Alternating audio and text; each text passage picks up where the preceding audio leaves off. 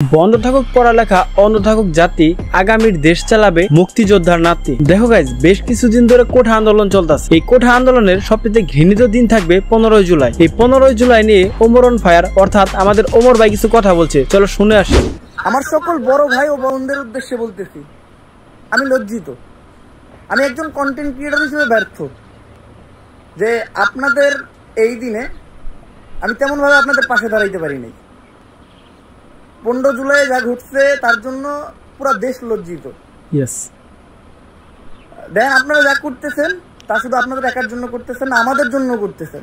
ভবিষ্যতে আমরাও আপনাদের জায়গায় থাকবো অবশ্যই। তো যে জায়গায় আপনারা আমাদের ভালোর জন্য এত কিছু করতেছেন, নিজের এত কিছু সহ্য করতেছেন, তো আমরা কিছু করতে পারি নাই, আমরা জুনিয়ররা, তার জন্য আমরা লজ্জিত।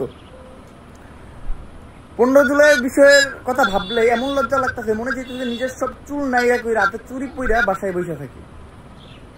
এরাও যদি করি তাও নিজের লজ্জার প্রকাশ দিতে পারবো না। তো আমরা লজ্জিত, আমাদের মাফ করে দিবেন। আমরা এমনই, আমরা সহ্য করবো, তারপর আমরা প্রতিবাদ করতে পারবো না। আমরা লজ্জিত, আমরা লজ্জিত, আমরা লজ্জিত।